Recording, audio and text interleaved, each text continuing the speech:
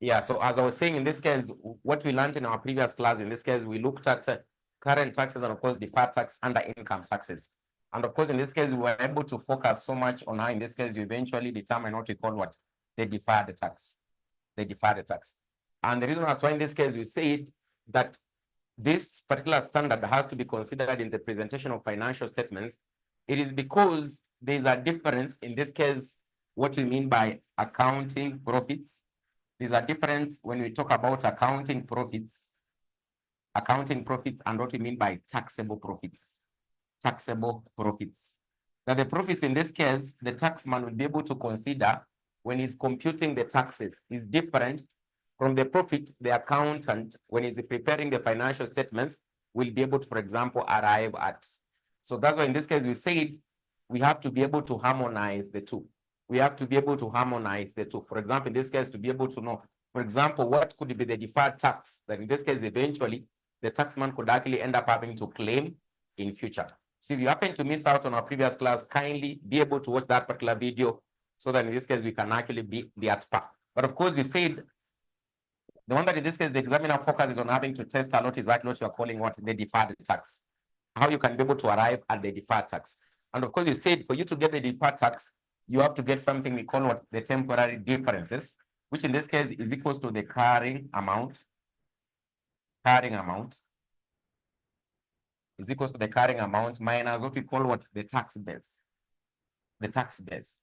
The tax base. So in this case, the carrying amount, this is basically in this case, the carrying amount of an asset, or basically in this case, what the accountant will be able to report in the books of accounts. So you have to minus what the taxman will be able to consider as a value of an asset or a liability. When you get the difference between the two, you'll be able to get the differences between what the accountant is considering and the taxman will be able to consider whenever, for example, in this case, he has to determine how much you are supposed to pay as what? As a tax. When you get the difference between the two, you'll get what we call what? The temporary differences. So therefore, the deferred tax will be the tax rate,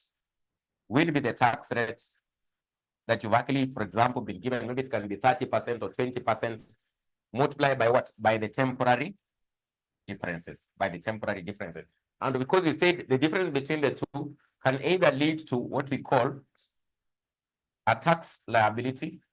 It can lead to what we call a tax liability, or it can lead to what we call what? A tax asset. A tax asset. And of course, in this case, when you get a positive, when you get the difference between the two and you get a positive, that will be a tax liability. When you get a difference and you get, in this case, it is actually what? A negative, or it is deductible. Is a deductible liability in this case, then in this case, it will end up having to lead to what? A tax asset. So that is basically, in this case, what we learned in our previous class. So there's a question I left that you are supposed to look at as an assignment. I want us to be able to wind up with that particular question before we can be able to move to another area. So I think I've been able to share the question in the group, the past paper question in the group. So it is April 2022. I think it's April 2022. April 2022. Question number, it's April 2022, question number 5B.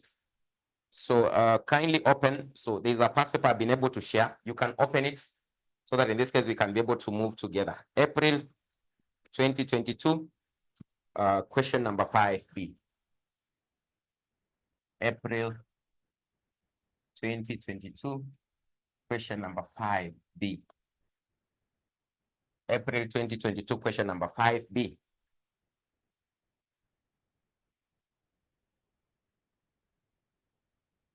April 2022, question number 5B.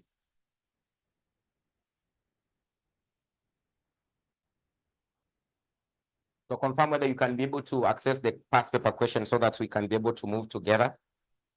Confirm whether you can be able to access the past paper question so that we can be able to move together. I've already shared it on the group, so I think you should be having it.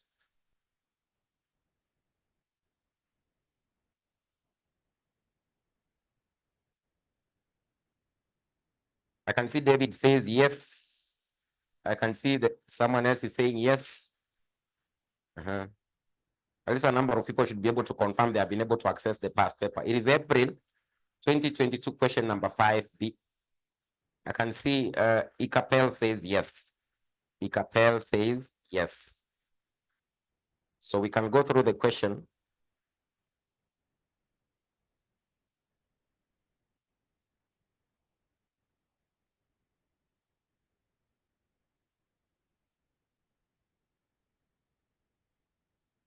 So the question reads, Zion Limited, a public limited entity, is in the process of finalizing its financial statements for the year ended 31st of October, 2021. So the following information has been extracted from its accounting records for the purpose of estimating the deferred tax balance. Inventory is stated in the financial statements at the lower of cost and net realizable value. The company wrote down its inventory by 120 million to a net realizable value of 1130 million. The reduction in value is ignored for tax purposes until the inventory is done is sold. Then trade receivables had a carrying amount of 450 million after making a general provision for doubtful debts of 30 million. The provision is not allowed for tax purposes. Property, plant, and equipment has a carrying amount of 3050 million and a tax base of 2750 million. During the year ended 31st of October 2021, property was revalued upwards by 150 million. During the year to 31st of October, that is number 4, development expenditure amounting to 450 million was capitalized.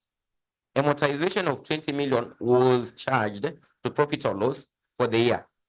This development expenditure was allowed for tax purposes in full during the current year. Trade and other payables are carried at 600 million. Included in the other payables are accrued expenses of 100 million, whose related expenses are deductible for tax purposes. Number 6, deferred tax liability at the start of the year, actually, it is actually 272 million. The income tax rate of 30% is actually applicable. Required, compute the relevant temporary differences. Then number 2, the deferred tax account. Prepare the deferred tax account as at the end of of the year, as at the end of the year.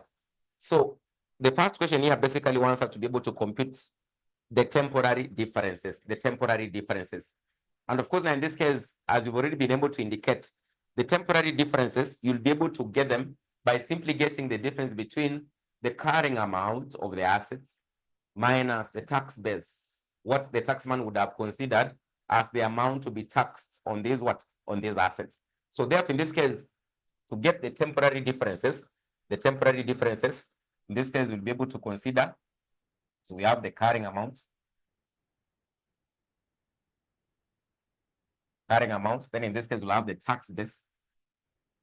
So the difference between the two will be able to give us the temporary differences or the TD. The temporary differences or or the TD.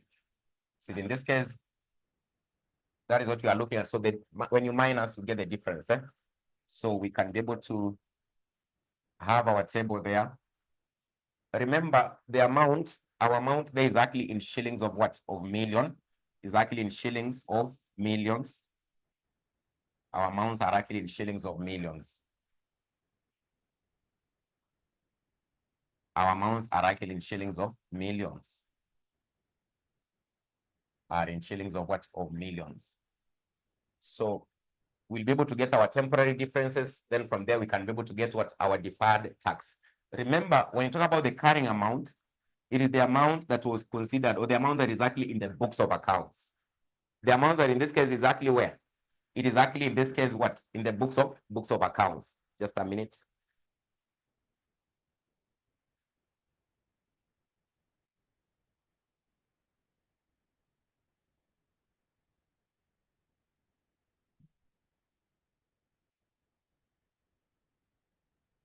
So I think that's a bit visible. So when you talk about, in this case, the carrying amount is the amount the accountant considered in the books of accounts.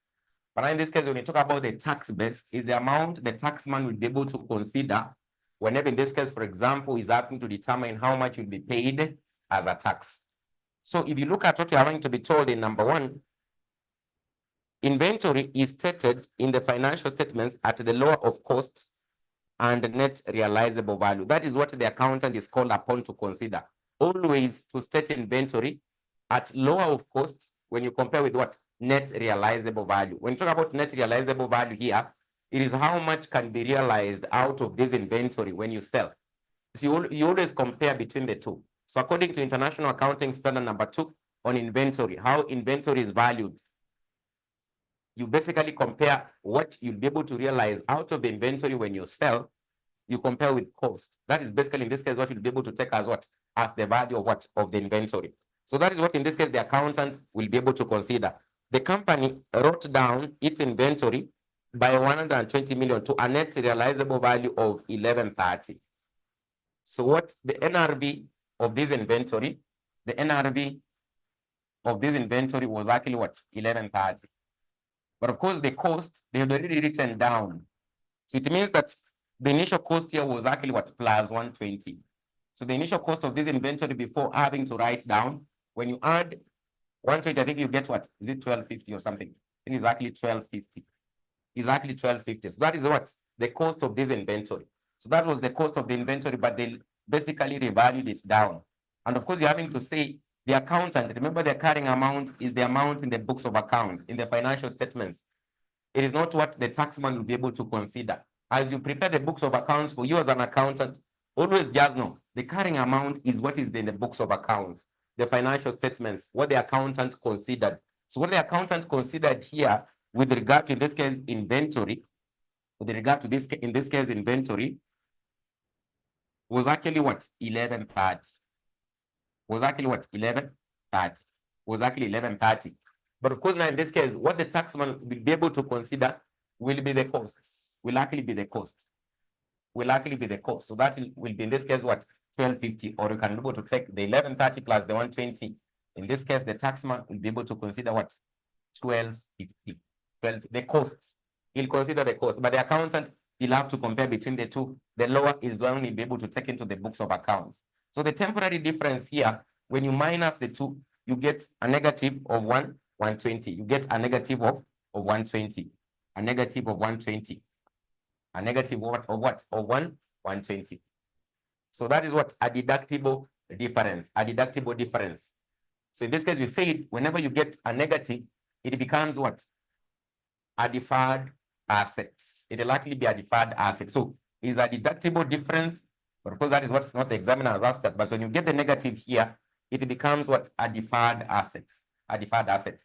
Then the next one, number 2, trade receivables had a carrying amount of 450. Of course, that one you've already been told. So the trade receivables, the carrying amount you've already just been told. The carrying amount was actually what? 450 million. 450 million. But what are you having to be told in this case about these trade receivables? So the trade receivables carrying amount of was 450 million after making a general provision for doubtful debts at 30 million. So remember, when you'll be learning about, in this case, computation of taxable profits in taxation, in this case, you likely end up having to be told that in this case, you have to add back any provision for what? For bad debts. You add back any provision for what? For bad debts. So in this case, the taxman will be able to consider the whole amount without considering what? The provision for bad debts. So what in this case, the taxman actually considered here will actually be 450. 450 plus what was actually allowed as bad debts. So the taxman doesn't basically recognize this provision. So what the taxman will be able to consider here is actually what? 480 million. Before what? Providing for the bad debts. But you, the accountant, from your financial accounting, you are told that in this case, when you are getting the figure for trade receivables, you have to provide for bad debts. Any bad debts, you minus bad debts and any provision for what? For bad debts. So that in this case, you can be able to get what? The carrying amount of what? Of the trade receivables. But that is not what the taxman will be able to consider. In this case, he'll be able to consider the whole amount of the trade receivables. The taxman in this case does not actually do what? Consider the allowables, the allowances for bad debts. So therefore, in this case, when you get the difference between the two, you get a negative of what? Of 30. A negative of 30. And of course, that is what? That is deductible. Is a deductible difference, which eventually becomes what? A deferred asset. If it's a negative, it is a deferred asset. It is a deferred asset. But if it's a positive, it is a deferred liability, a deferred tax liability. If it's a negative, is a deferred tax asset. So that is what was there. Then number three, what happened? Number three, what happened? Property, plant, and equipment has a carrying amount of 50 million and a tax base of 2750. Of course, that's when you've already been told. So property, plant, and equipment has a carrying amount of how much? 50. And in this case, a tax base that we've just been given directly, a tax base of 2750. So that means our temporary difference will be how much? That means our temporary difference will be how much? That means our temporary difference will be how much? Our temporary difference here will be how much?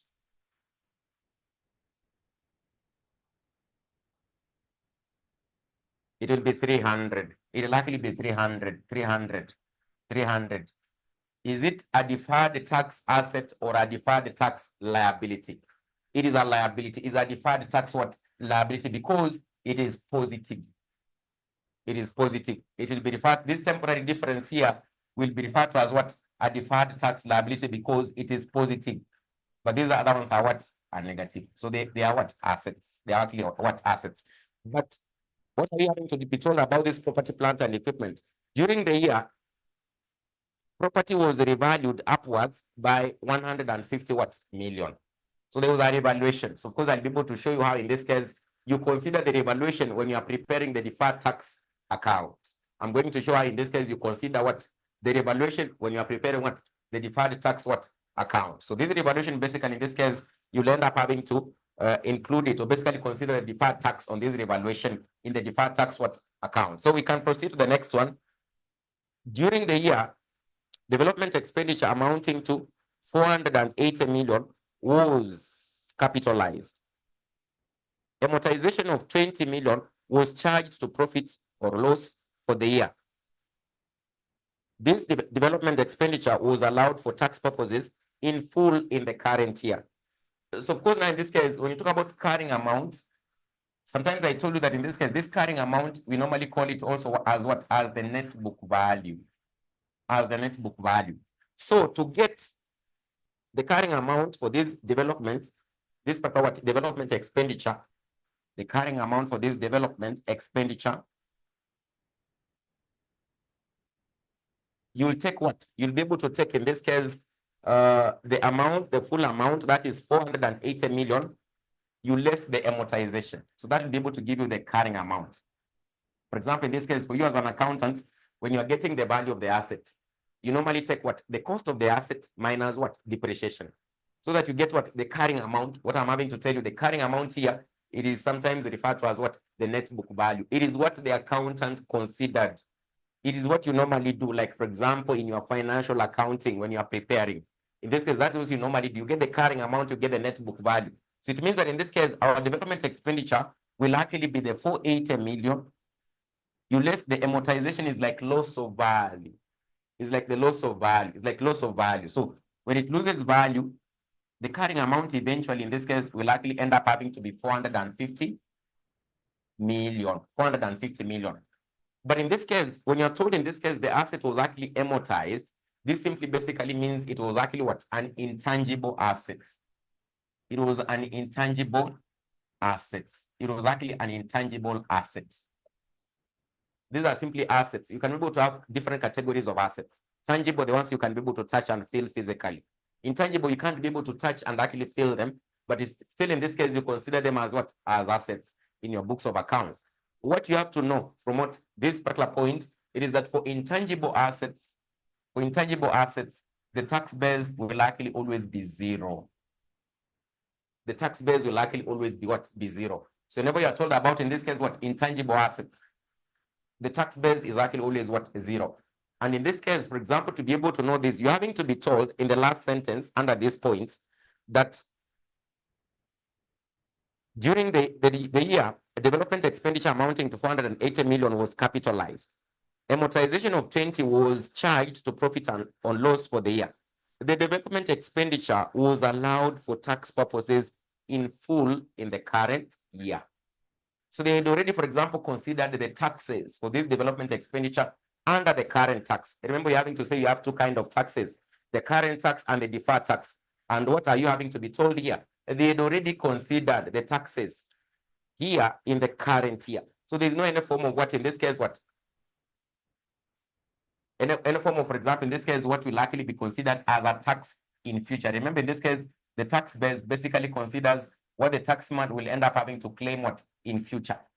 What the taxman will likely end up having to claim in future. So there's no any amount that they'll end up having to claim on it in future regarding what taxes by the taxman. So therefore, in this case, for intangible assets, know that in this case, always, if you're told about intangible assets, the tax base will likely always be 0. Therefore, in this case, our temporary difference here will likely come to how much? This one is actually 460, sorry. It's 460 minus 20.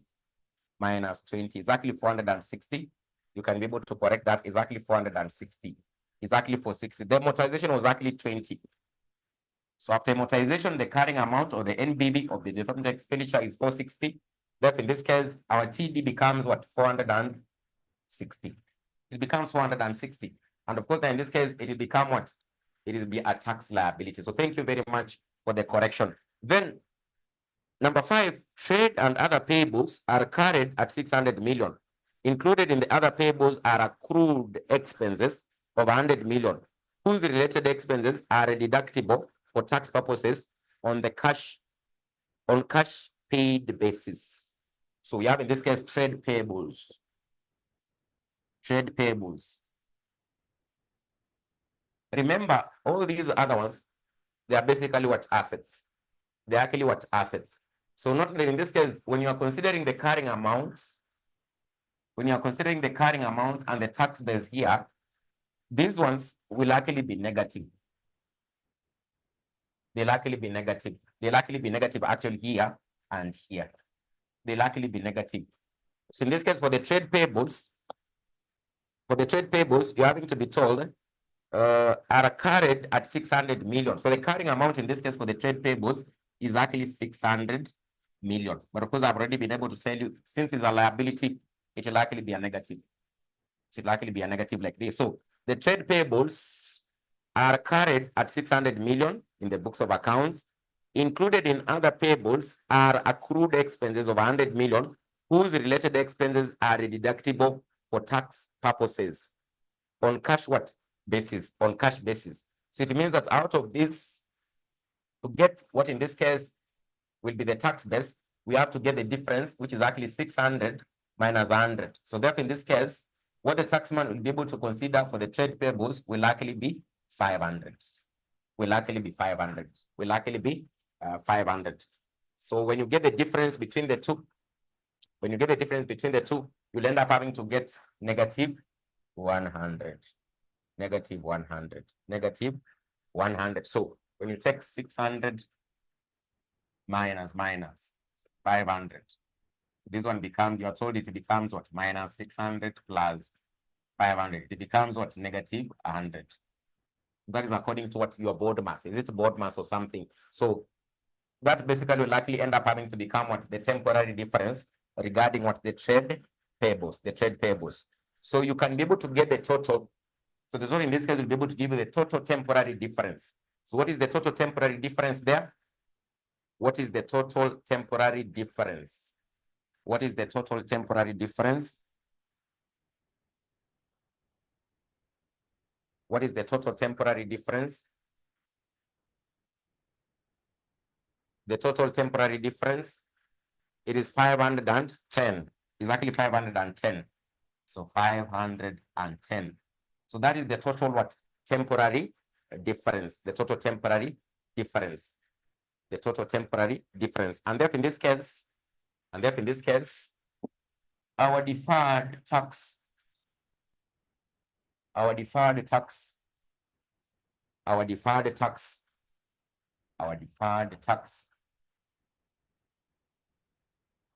will it be a deferred tax asset or a deferred tax liability? Will it be a deferred tax asset or a deferred tax liability? Will it be a deferred? It will be a liability. Mumbi, remember you're having to say always when the temporary difference is positive, it will lead to a deferred tax what? Liability. When the temporary difference is positive, it will lead to what? A deferred tax what? Liability. When it is positive, it will lead to what? A deferred tax liability. And of course, you've been told the income tax rate is actually what? 30%. So in this case, we'll be able to take 30%, multiply by the temporary difference, which is actually 510, which will be equal to, it will be equal to how much? A theta. It will be equal to how much? A theta. It will be equal to how much? A theta. Is it 1530? Remember already our figures are actually in millions. So they're already in millions. Remember our figures are already in millions. It will be equal to 153. It will actually be equal to 153. 153 millions. 153 million. So like that. So that is what the deferred tax what? Liability. If it would have been a negative, it would have led to a deferred tax asset. But since it's a positive, the TDs are positive, it is what? A deferred tax what? Liability. So that's what basically in this case you would have ended up having to do what? Deal with the first part, computing the relevant temporary differences. The relevant temporary what? Differences. The relevant temporary differences. So we can be able to move to the next part. How in this case you can eventually in this case build up or come up with what? The deferred tax account. The deferred tax account. So the deferred tax account. The deferred tax account. The deferred tax account. The deferred tax account. So the deferred tax account.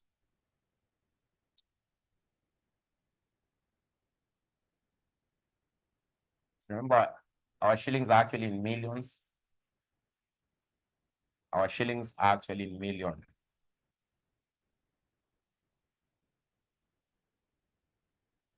So if you look at note number 6, you're having to be told deferred tax liability at the start of the year.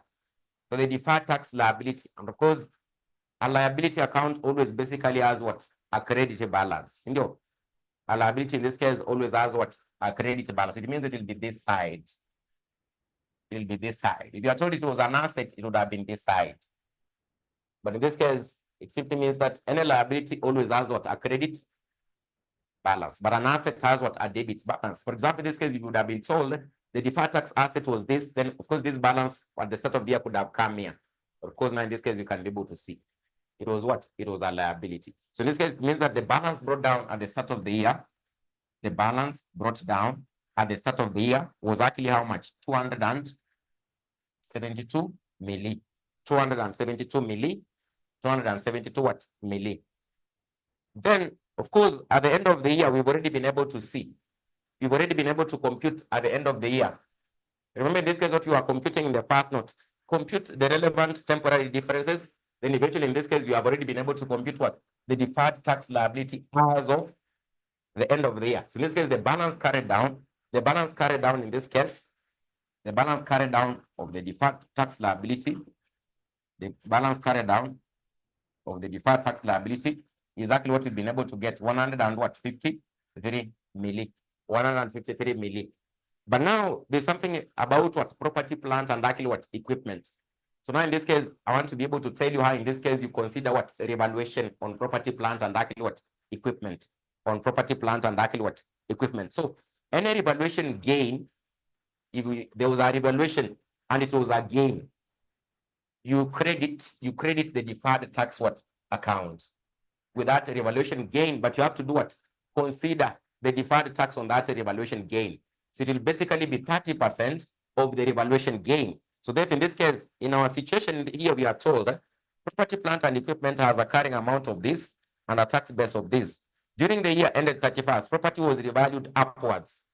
Since it was revalued upwards, it was a revaluation gain. Rule of the thumb, in this case, any revaluation gain, you basically credit it in the deferred tax account. So therefore, in this case, you'll end up having to put here revaluation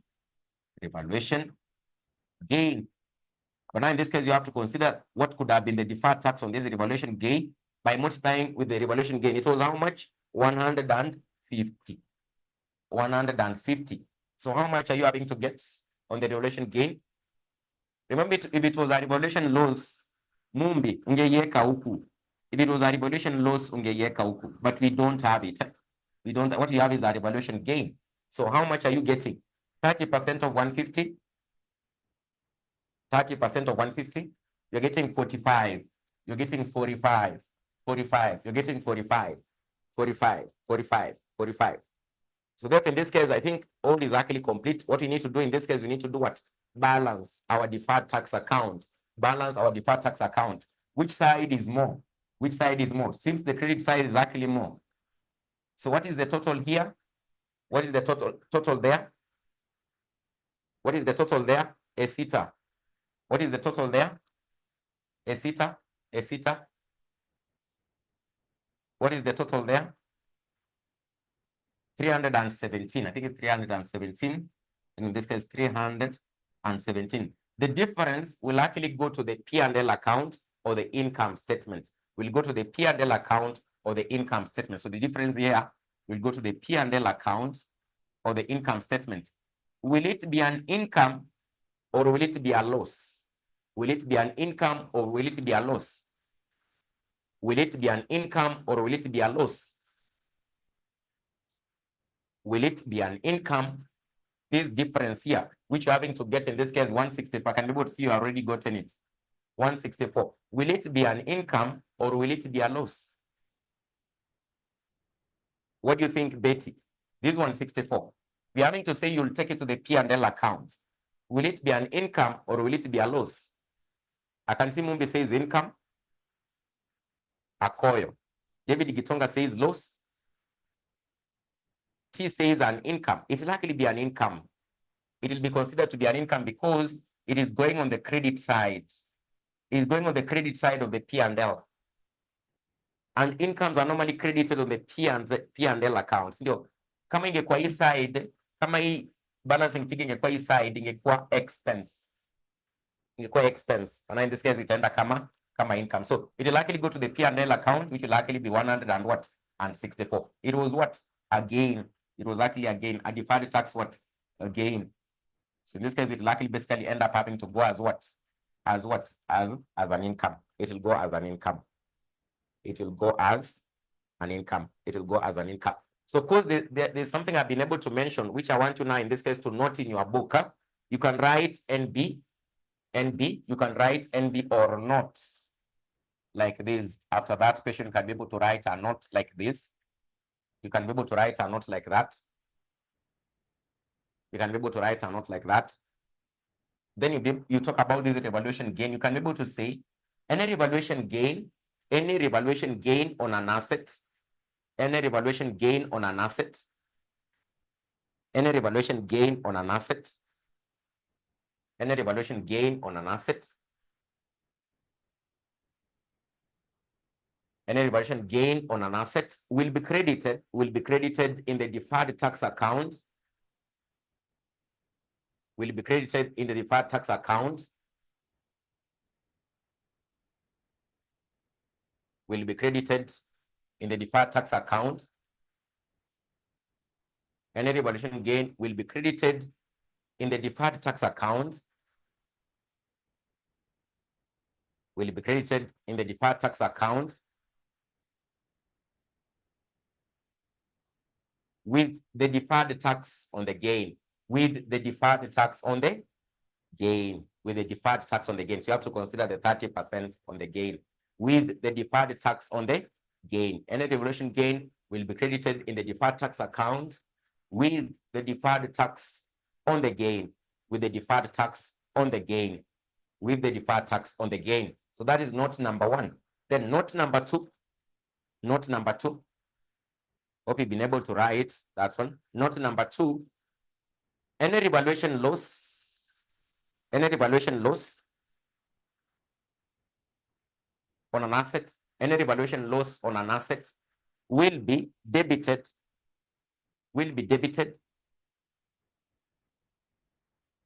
Any revaluation loss on an asset will be debited. It will come this side, will be debited in the deferred tax account, will be debited in the deferred tax account, will be debited in the deferred tax account with the deferred tax on the loss, with the deferred tax on the loss, with the deferred tax on the loss, with the deferred tax on the loss, with the deferred tax on the loss, with the deferred tax on the loss, with the deferred tax on the loss, with the deferred tax on the loss. So that is basically, in this case, you'll be able to treat any revaluation gain you come across. But please be able to remember what we mean by carrying amount and, of course, the tax base. So the carrying amount is always what the accountant considered, is what you normally consider, like how you do accounts. But now, when the taxman is having to consider, for example, what you are supposed to be able to pay as taxes, they're not the same figures he'll be able to consider. So part of these figures, for example, he'll be able to call upon you maybe to pay a tax on them in future. So that's why in this case, we have to harmonize the two by having to come up with what we call the deferred tax, So therefore, under income taxes, eventually we'll have two kinds of taxes. We'll have the current tax, the one that was actually charged in the current year. And of course, in this case, we'll be able to have what we call the deferred tax. And of course, in this case, we're able to explain how the current tax actually arises in our previous class. So you're far much better off if you know, for example, in this case, how we say the current tax will actually, for example, be arrived at. So you'll just be able to take, for example, the 30%, or maybe in this case, the taxable profits. The 30% on the taxable profits. And of course, that is what you'll be taught in public finance and taxation. That what the accountant prepared is not what, in this case, for example, will be considered by Kenya Revenue Authority. But in this case, they're having to determine how much you'll be able to pay as a tax. You'll have to readjust. That profit that the accountant prepared. You come up with the taxable profit. That's why in taxation, for example, you'll be told you'll start with the profits in the accounts or in the books of accounts. You adjust, for example, by having to add back disallowable expenses. Then you less in this case, for example, disallowable incomes. You add back disallowable expenses because they reduce that income. For example, the taxman doesn't, for example, consider depreciation as an allowable expense when you're computing taxes. It doesn't, for example, consider provision for bad debts when you're having to compute amount that is supposed to be taxed. Therefore, the essence of us having to do look into these matters concerning current tax and, of course, deferred tax. So we can be able to finalize. For example, in this case, assume in this case now you're having to look at what will be the tax expense. You're having to look at what would have been the tax expense, because in this case, the tax expense always will actually be a component of, for example, in this case, if you're having to consider what will be the tax expense for the year, for example, you are preparing published accounts, then in this case, it means that the tax expense will actually be equal to, in this case, the current tax. The current tax plus the deferred tax. The deferred tax. But of course, for this deferred tax, it can either be a gain or it can actually be a loss. For example, in our situation, you can see we're having to say it is an income. You're saying it is an income. So what will happen in this case, it won't be an expense. You know, for example, for this one, it will actually basically already be an expense, a current tax. For example, you take 30% of the taxable profits. But now the deferred tax here, simply because it is an income, you will add. And therefore, in this case, you'll be able to get what would be the tax expense to be considered in the books of accounts for that year. But of course, in this case, if eventually it was actually, for example, still in this case, an expense, you'll be able to sum up the two. Remember, this one will actually be a negative. So when you add it, it basically reduce the tax expense. It will reduce the tax expense. But in this case, if it ended up having to, for example, in this case, still having to be, for example, a deferred tax expense, you'll add up the two. And of course, it will basically increase the tax expense. it will actually increase the tax expense. So let's say, for example, the current tax was actually, for example, 100. Already you know it is actually 100. So that is basically what you're having to less. For example, in this case, what? In your books of accounts or financial statements. And of course, now in this case also, this deferred tax is still actually basically what? An expense. It will actually basically further reduce what? Your profits. It will actually further reduce what? Your profits. But in this case, if it was a gain, you want less from the profits, because in this case, you have here the profits up here. You are lessing the expenses. You'll of course less the current tax. But now in our situation, for example, you can see it as an income. So it won't be a negative. You'll add 164. But if it was an expense, you'll still actually basically less 164. That is, in this case, if in our deferred tax accounts, this particular balancing figure was on the credit side, it would have been an expense. So therefore, it would have ended up having to further reduce what? Your profits. But for our situation, it is a gain. So therefore, in this case, you won't less it, but you'll add it. You'll add it. You'll be able to add it so that in this case, you can be able to get what? The correct figure in terms of what? The profit after tax. The profit after tax. Profit after tax. So that's basically, in this case, now the deferred tax comes in, for example, to affect what would have actually been your profits for the year. And of course, I've already been able to explain as well. In this case, we also consider what? The deferred tax. The deferred tax. It helps us to harmonize what the taxman considers as what is supposed to be paid as a tax and what you yourself as an accountant you are considering, in this case, you'll be able to pay as a tax. Therefore, you have to look at, for example, what would be the taxman be able to charge me in future? And therefore, we arrive at what you're calling what? The deferred tax. The deferred tax. That is basically what you mean by, in this case, what? Deferred tax. So I want us to move to another area. I want us to move to another area.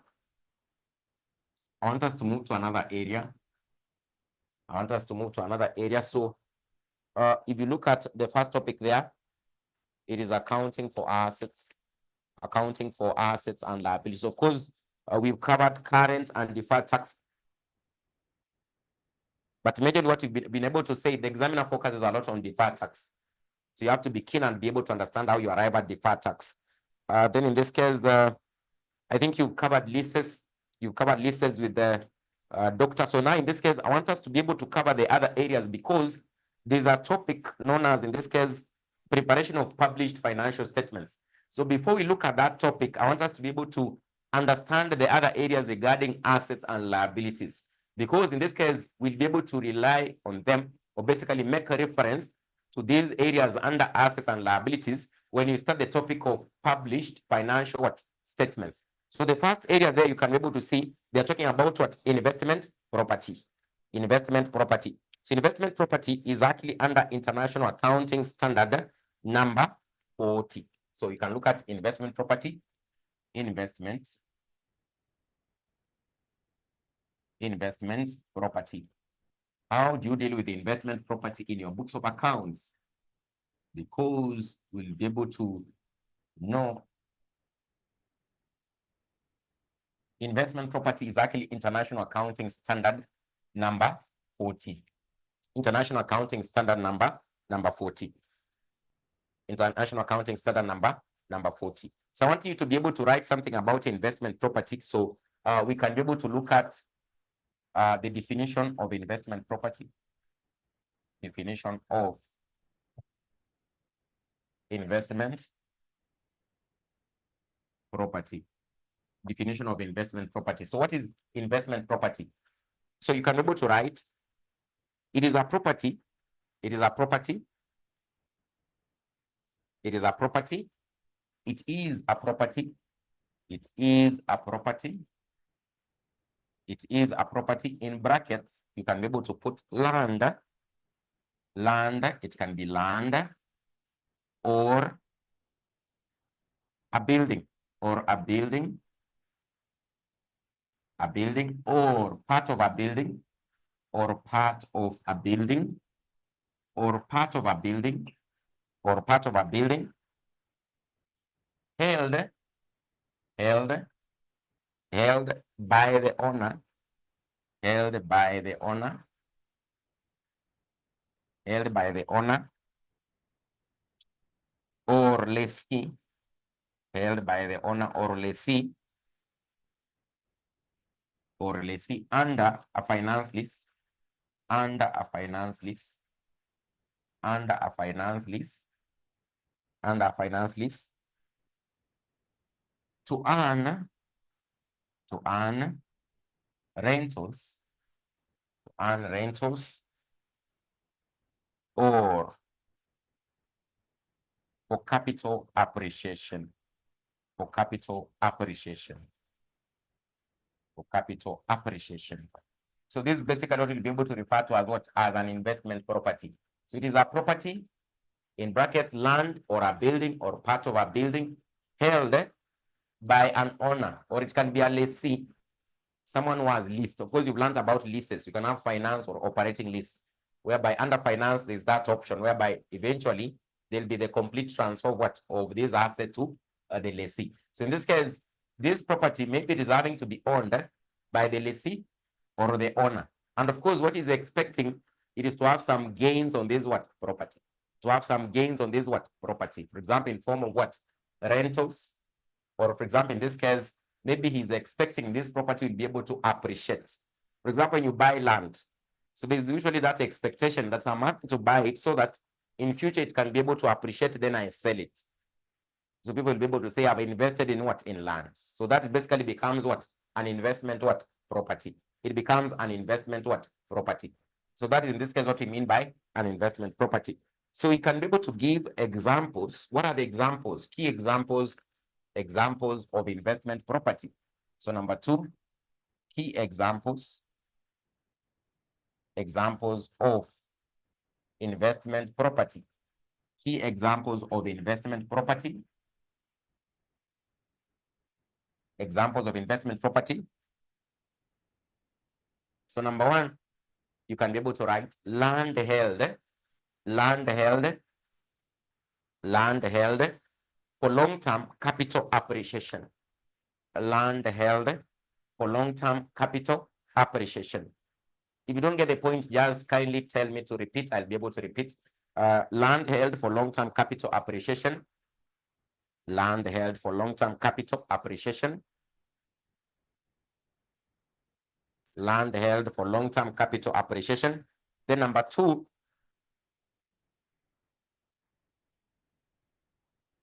land held currently. Land held currently for a determined future use. Land held currently. Land held currently for a determined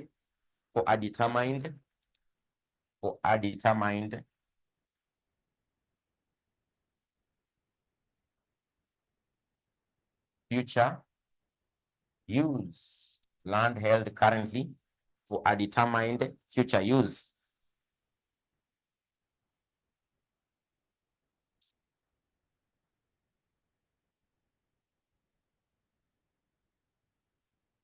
Number 3, a building leased out. A building lease, when you lease out, when you have a building you lease out, so you want to get rentals.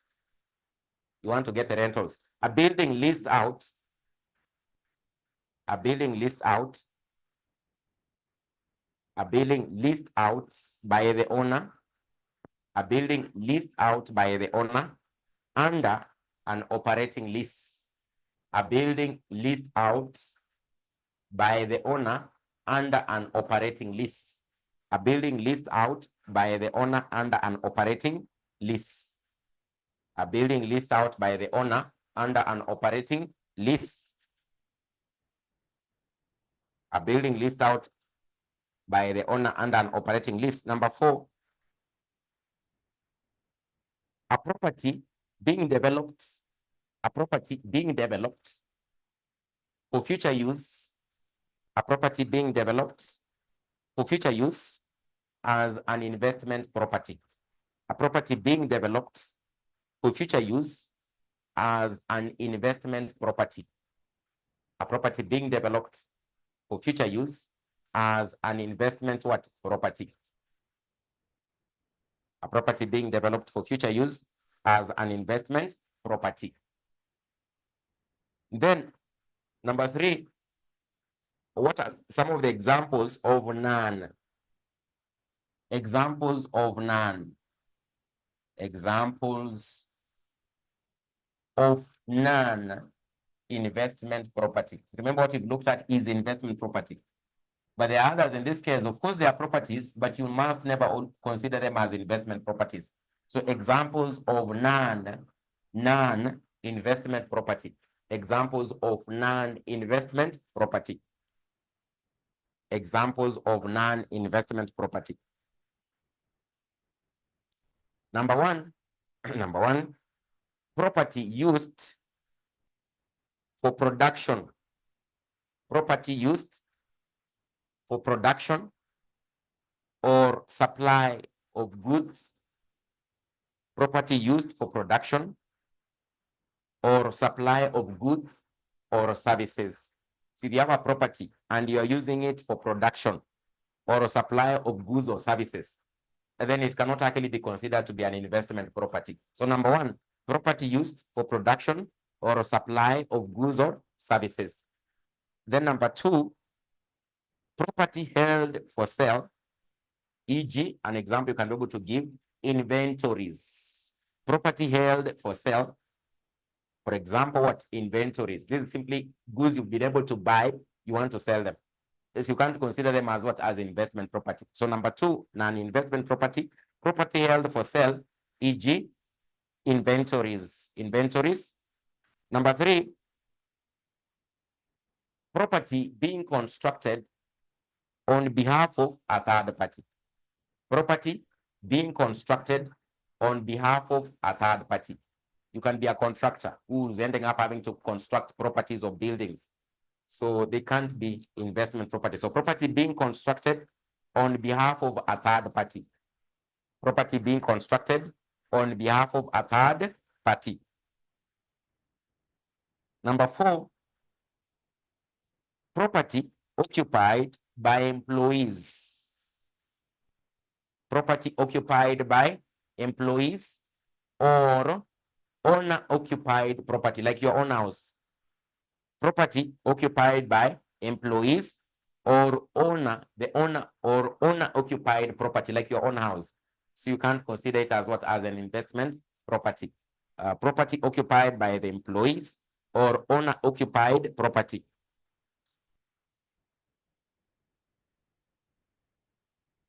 Then number five, the last one, property lists under a finance lease. Property list under a finance lease. Property list under a finance lease. So property list under a finance lease. So if you list out any property on a finance lease, then it won't be your own investment property. So the lessee is the one in this case you can be able to consider it as what? As an investment property. So property list under a finance lease. Under a finance lease. Under a finance lease.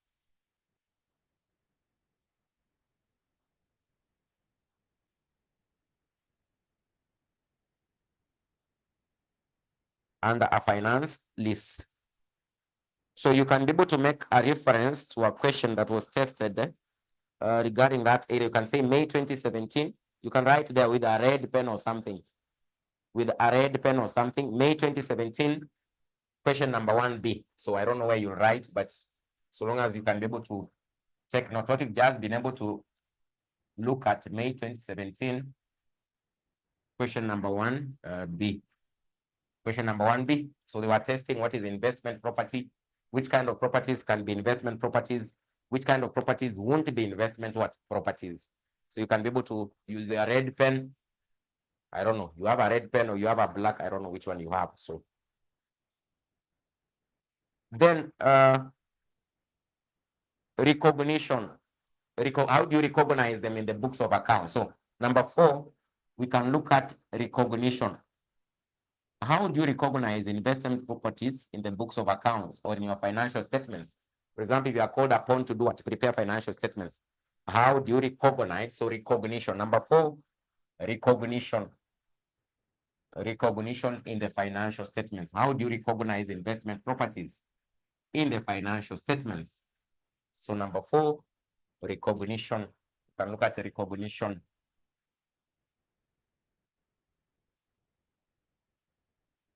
Recognition. You can be able to write and say, investment property should be recognized as an asset. Investment property should be recognized as an asset. Investment property should be recognized as an asset when it is probable,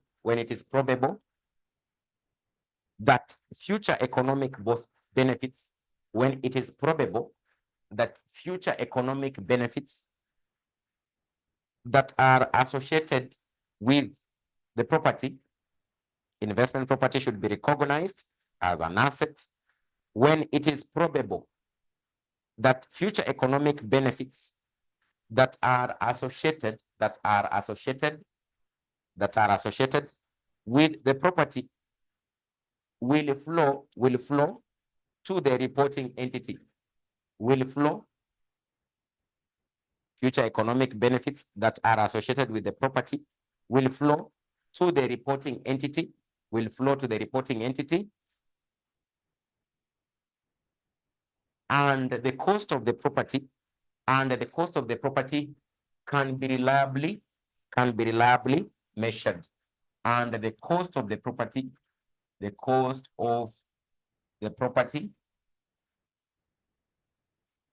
can be reliably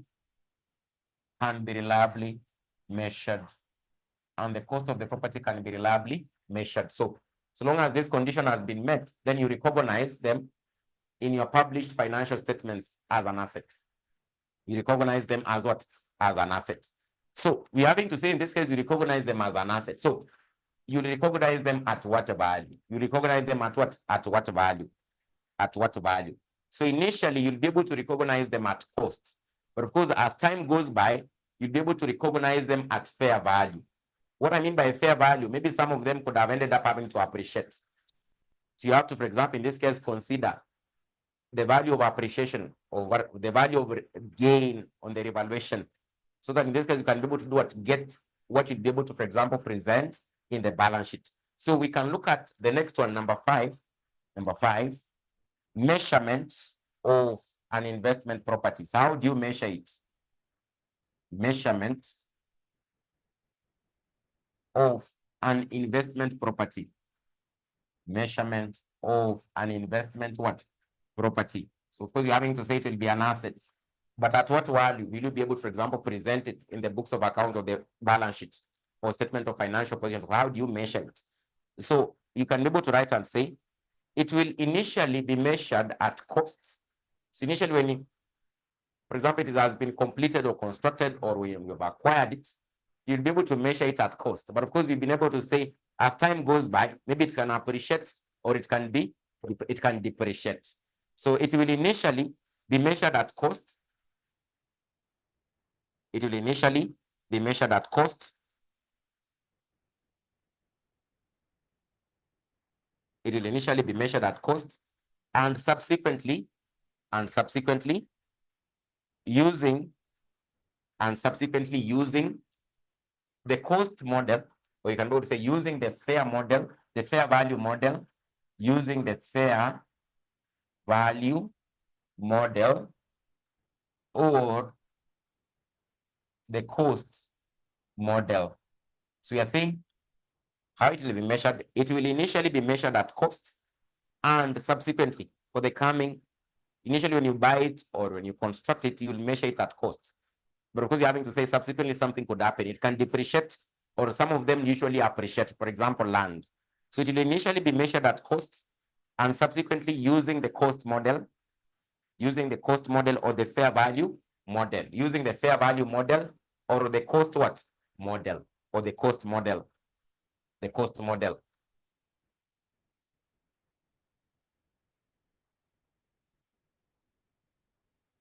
So you can go to look at the fair value.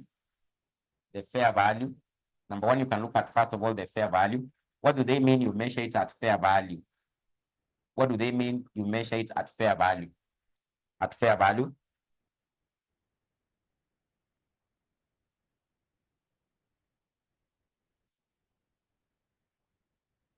This is the value at which, it is the value at which, it is the value at which the property could be exchanged.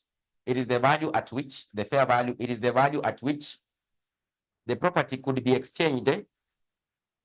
The property could be exchanged between willing parties, between willing parties, between willing parties,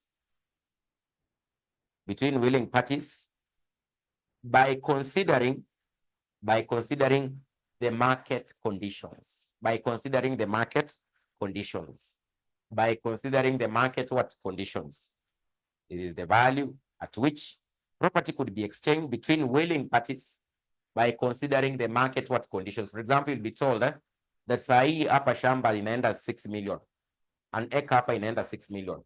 So those are the market conditions you are considering. So it simply means that that land, you'll value it at what? At 6M.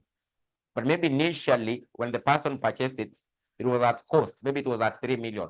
So it has appreciated. It is an investment property that has eventually done what? Appreciated. So therefore, at that point in time, subsequently, you'll have to, in this case, measure it at fair value. What do you mean by fair value here? At that point in time, what will the parties be willing, for example, to exchange that kind of a property? At what value? That basically becomes what? The fair value. And of course, the fair value is normally arrived at when you consider other factors, let's say, for example, the market what? Conditions. That's what I mean by what? The fair value. Then you write and say after that you can put a full stop and say any gain or loss in exchange of investment property, any gain or loss in exchange of investment property should be recognized. Any gain or loss in exchange of investment property should be recognized in the profit and loss account, should be recognized in the profit and loss account. Any gain or loss in exchange of investment property should be recognized in the profit and loss account as a profit or a loss. As a profit or what? A loss. So if it was a loss when you sold it, then it will be expensed as a loss. If there was a gain, it will basically be attributed to the income statement of the P&L account as an income. So you'll have to consider that. Then number 2, we're talking about the cost model. So the cost model, number 2, what is the cost model here? So number 2, under the measurement, the cost model. The cost model, how do you deal with it under the cost model?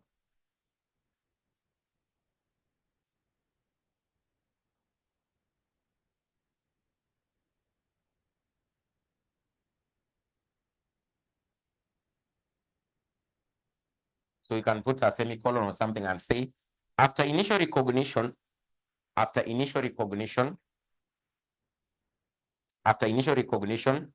comma,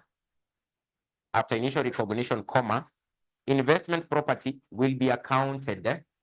Investment property will be accounted after initial recognition. Investment property will be accounted.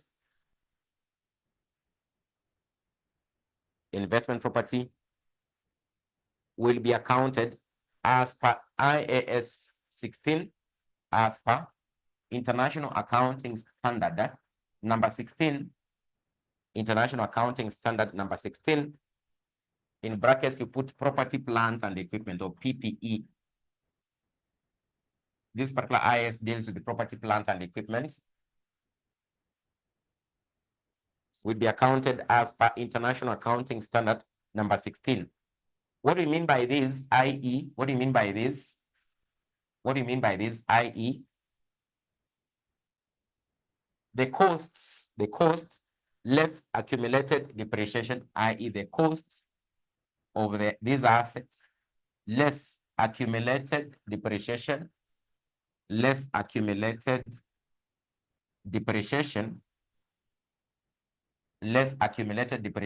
or impairment loss, or impairment loss.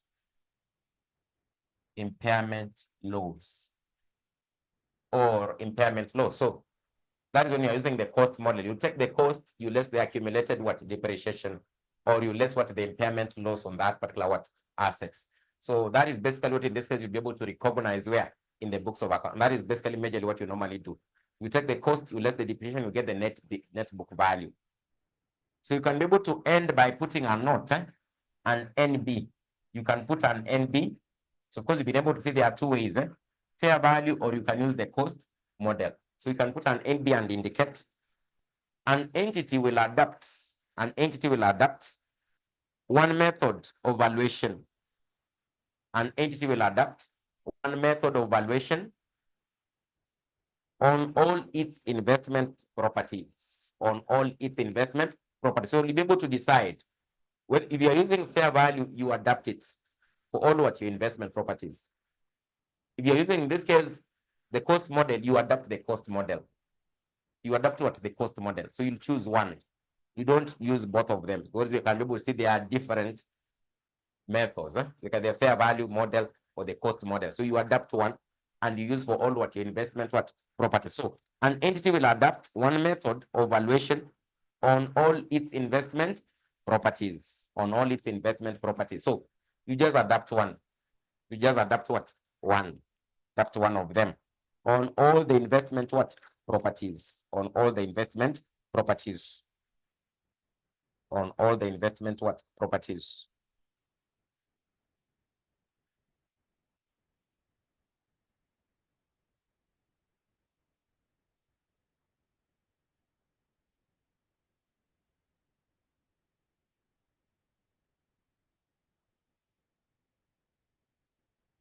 So that is basically what will likely end up having to happen regarding what the investment property. So if you sell the investment property, then you no longer basically recognize it in your books of accounts. So it won't appear in your balance sheet.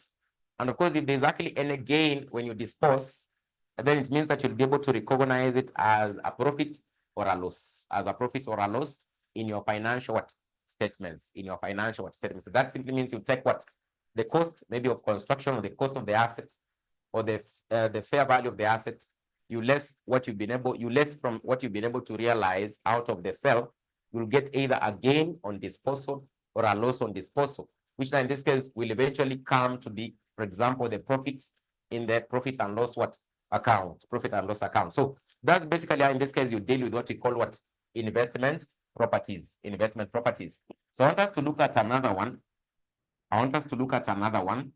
So that is all to do with what investment property and how you'll deal with it. So part of this we'll be able to use when we start looking at the area of published financial statements.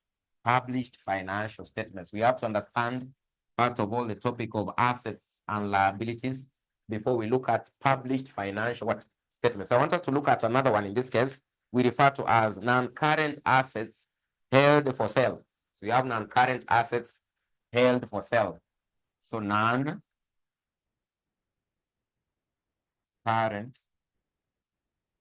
assets held, non-current assets held for sale.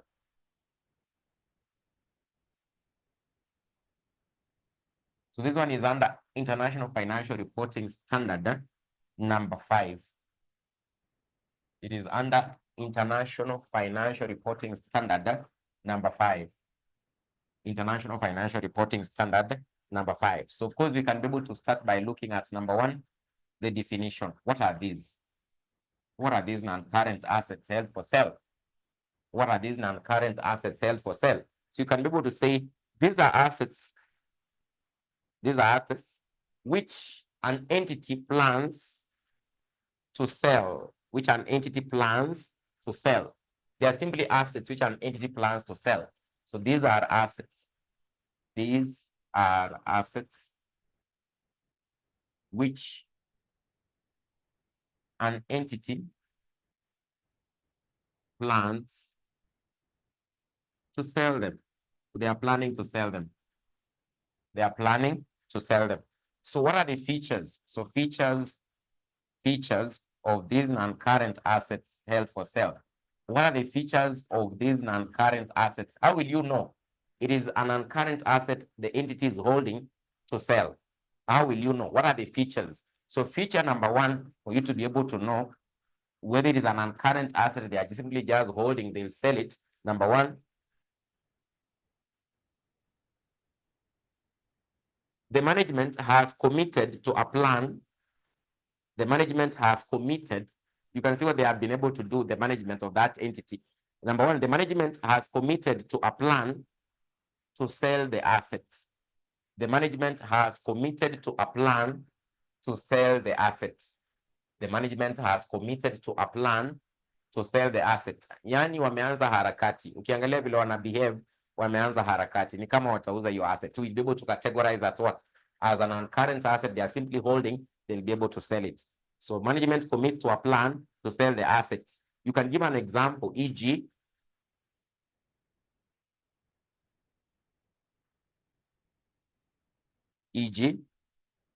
identifying the asset, comma, e.g., identifying the asset, comma, setting an expected date for completion of the asset, setting an expected date for completion of the asset, setting an expected date for completion of the asset, setting a completion date for completion of the asset, etc., amongst other things.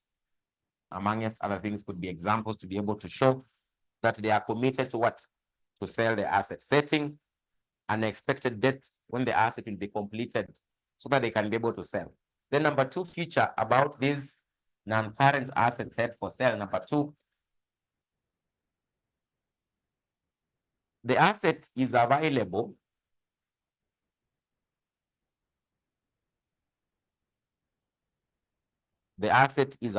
for sale in its present condition. The asset is available for sale in its present condition. It is available for sale in its present condition. For example, those ones who are involved in real estate development, sometimes you realize that in this case, the houses are not complete, but they are saying they are selling what? Is it off plan or something? I don't know, off plan.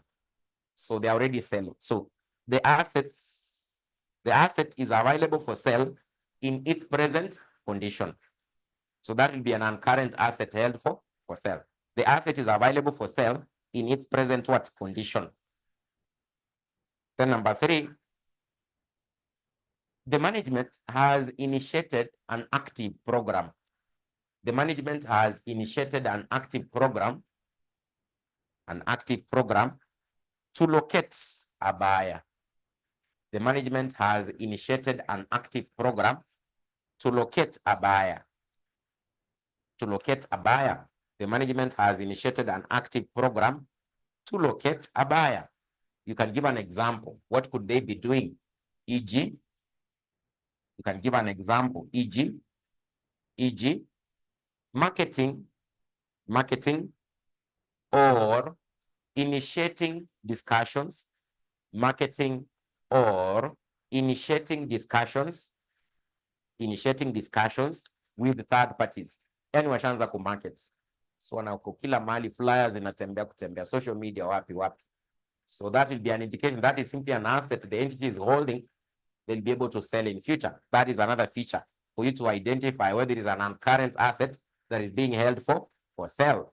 So they are marketing or initiating discussions with third parties. Number four feature for you to know, the sale is probable. The sale is probable. The sale is probable and is expected to be closed within a year. And it is expected, yani you deal with a sale within a year. So the sale is actually very probable. The sale is actually probable and is very probable and is expected to be closed. Is expected to be closed within a year. Is expected to be closed within a year. Then number five, the selling price is reasonable the selling price is reasonable. The selling price is reasonable in relation to the asset's current fair value. The selling price is reasonable in relation to the asset's current fair value. If you look at the selling price they've been able to set, it rhymes with the market conditions, with the fair value of that asset. Because you're having to say, when you talk about fair value here, is basically having to consider what are the prevailing conditions as to how that asset should actually be valued. So you consider the market conditions and you're comparing with what they have been able to set as a price. They're almost matching. So that basically is another indicator.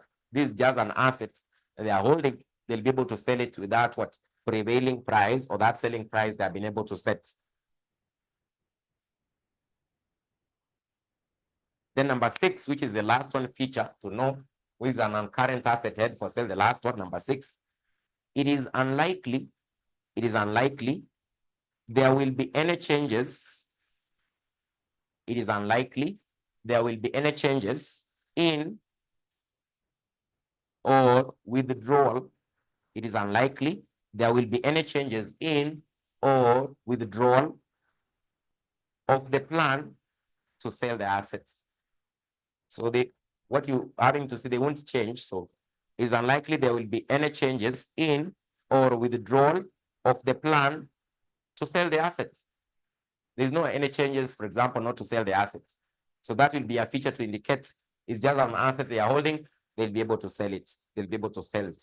So now in this case, number 3, what is the accounting treatment? How basically do you deal with these assets in your books of accounts? So number 3, the accounting treatment. Remember, number 1 was definition. Number 2, features. But now, how do you account for non-current assets held for sale in your books of accounts? So the accounting treatments.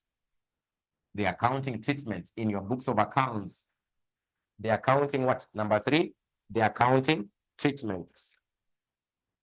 Number 3, the accounting treatments.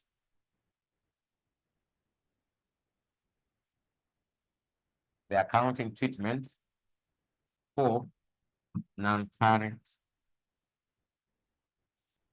assets held for sale. Sasa utadili nazo aje ukifanya accounts zako. So number 1, or you can just be able to say, they will be measured, and right under that, they will be measured at the lower of the carrying amount. They will be measured at the lower of, they will be measured at the lower of the carrying amount, the carrying amount. Remember the carrying amount tunasema inaitwa pia nini? The carrying amount tunasema inaitwa pia nini? The carrying amount, NBV, yes, NBV. The carrying amount tunaita pia nini? NBV. You can be able to call them also this one as net book value. The law of the carrying amount, and you compare with, in this case, and the fair value, the law of the carrying amount and the fair value, less the costs to sell, less the costs to sell. You can be able to give an example, write an example, give an example here and say,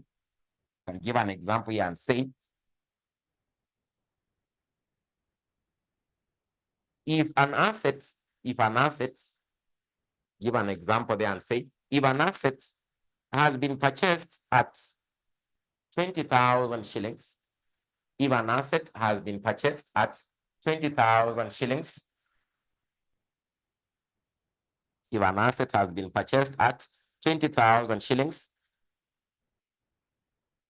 if an asset has been purchased at 20,000 shillings, and has an accumulated depreciation of 9,000 and has an accumulated depreciation of 9,000 and has an accumulated depreciation of 9,000.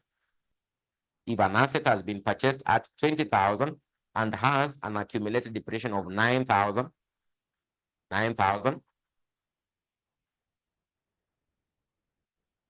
comma, its carrying amount will be,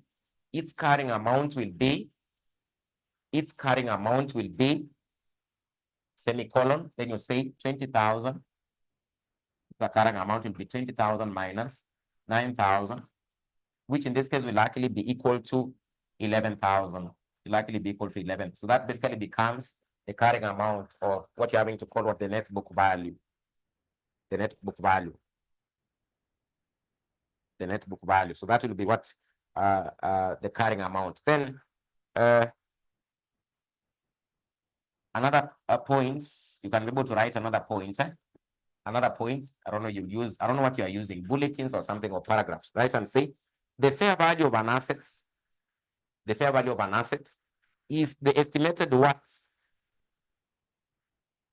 The fair value of an asset is the estimated worth of the assets in the markets. Is the estimated worth of the assets in the markets. Is the estimated worth of the assets in the markets. Is the estimated worth of the assets in the markets. Is the estimated worth of the assets in the markets.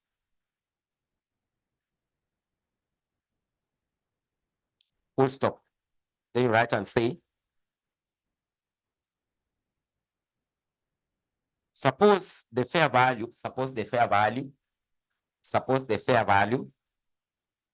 of the assets mentioned above, the ones we used in the example, suppose the fair value of the assets mentioned above is 12,000. Suppose the fair value of the asset mentioned above is 12,000. Suppose the fair value of the asset mentioned above is 12,000. And the cost to sell, is 3,000. And the cost to sell, zile cost to time kando uze. For example, inaweza kuwa marketing costs. And the cost to sell is 3,000. And the cost to sell is 3,000. And the cost to sell is 3,000,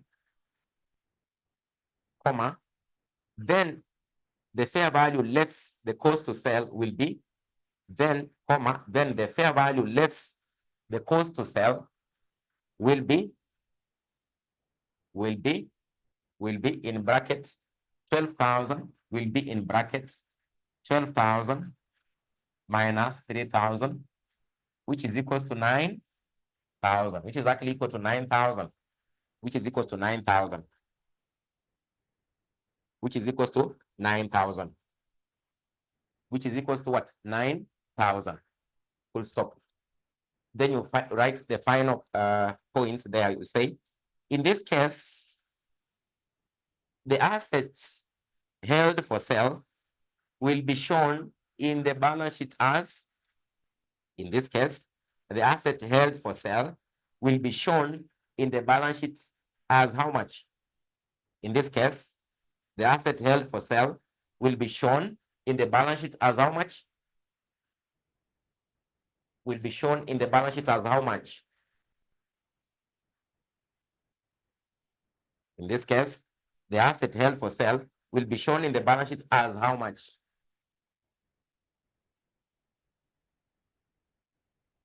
Will be shown in the balance sheet as how much? Who can be able to try and say how much? In this case, it will be 9,000, because we've been able to say that under non-current assets held for sale, the accounting treatment, what you'll be able to recognize in the books of accounts or the financial statements will be the lower of the carrying amount, and you compare the two. It's like the carrying amount versus Manchester United versus Liverpool. So you'll take what? Liverpool. So this one is Liverpool. The fair value less the cost to sell is actually Liverpool. So in this case, you'll be able to take the lower of the two. The lower of the two is actually the 9,000. The other one was actually coming to what, 11,000. So you'll take what, the lower of the two. In this case, you'll be able to take what, 9,000 to go to the balance sheet. So remember how you recognize these kind of assets in the balance sheet. You basically take the lower of the carrying amount and of course what, the fair value less the cost to sell is what you'll be able to recognize in the financial statements. Then the last paragraph, the very, very final paragraph, you can be able to write and say, according to IFRS 5, the relevant standard for non-current assets held for sale, according to IFRS 5,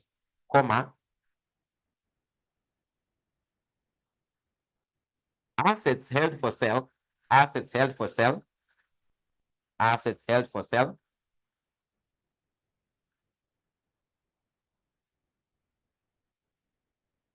assets held for sale, assets held for sale, should be presented, assets held for sale, should be presented, should be presented, should be presented in the statement of financial position, should be presented in the statement of financial position, just like what you've already been able to say, should be presented in the statement of financial position, should be presented in the statement of financial position, should be presented in the statement of financial position, should be presented in the statement of financial position, statement of financial position. So that's basically how in this case you recognize or identify. That's how we can be able to identify an asset is an non-current asset they are simply holding. They'll be able to sell it in future. So of course it will still be their asset, but of course in this case it simply means that they'll basically still recognize it while it is still what, maybe their asset. That is how they'll be able to recognize it in their books of accounts, in their books of accounts. So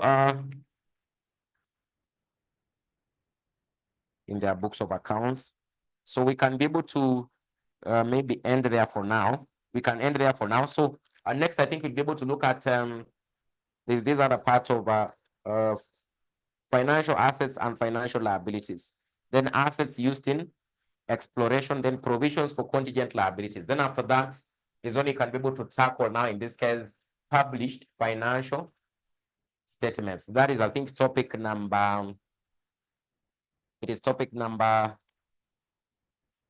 I think topic number 4. So once you understand assets and liabilities so well, so is when, because part of this we'll be able to use in what, published financial statements. So we'll be able to now start covering published financial statements. So I think we can end there for today. We'll cover the other areas on the first topic, that is provisions for contingent liabilities, and of course what, assets, contingent liabilities and assets. Then of course now in this case we'll also be able to look at the other area of assets used in exploring for and evaluation of mineral resources. Then we'll clear up with the topic number 1. Then we'll be good to go to cover published financial statements. So I don't know if there's any question up to that point, but I would wish to end there. So those who have joined late, make sure you try to catch up with the videos of what has actually been covered. So a number of areas have been covered, like leases, like in this case, borrowing costs, we've covered. Agricultural activities or farming has been covered. I think cooperative societies also has been covered. Yeah, so you need to check out. Borrowing costs, income taxes we've covered, leases has been covered. So you need to catch up with what has actually been covered as we move on. So I don't know if there's any question. So leases, you didn't do a past paper question. So I think you'll continue with the session. You'll be able to continue. I think is it tomorrow or when? There's another class, I think tomorrow, because me, I'll be coming in on Friday. I'll come in on Friday. But I think for leases, I think you are not yet through. So you need to cover maybe operating lease and of course finances. Then I think you'll be good to go. So I think you'll be able to do a question from the past papers. You'll be able to do a question from the past papers, I think, in tomorrow's class. Is it tomorrow or Thursday? I think Thursday.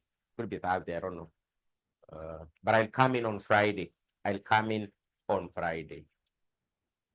Any other concern? Any other concern?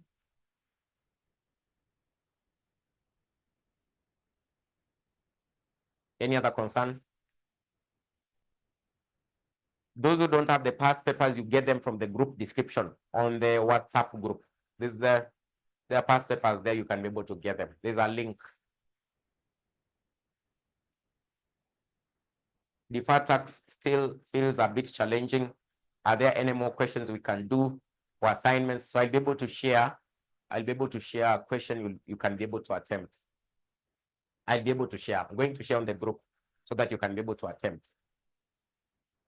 So you need to do exercise. So you need to do exercise about it. It is not that hard. So once you get the concepts, carrying amount and the tax base, what is the difference? So you'll be good to go. You'll be good to go. And of course, the format does not actually really change. The format is just the same. So the format you're just applying here, the same format you'll be able to apply in almost all the questions if they are tested. So long as you know what will be the carrying amount, what will be the tax base. Then the difference is the temporary difference. And then the corporate tax rate, you compute with the temporary difference, you get the deferred tax. And then you know the concept of coming up with the deferred tax account. Then you'll be good to go. You'll be good to go. The videos are on the LMS. There's a portal. There's a portal you can be able to access. There's a portal you can be able to access. The videos are on the LMS. On the LMS. So what you do, I don't know. Maybe I'll be able to say there's a procedure you're supposed to follow. For H, there's a procedure you're supposed to follow. I'll tell the LMS admin. I think frequently is sharing the details there. So you'll be able to see how you can be able to register, then you'll be connected. So that's why in this case, you end up having to get, so hope you still have to have hope. Don't give up. Don't give up. Don't give up. You still have to have hope. Huh? Hope. You still have to have hope. Don't give up. So I'll give another question you practice, the deferred tax area. The deferred tax area. But of course, also we'll revise it once we've also been able to cover the other areas. Otherwise, thank you very much. Have a good night. Let's catch up on Friday. Asanteni sana.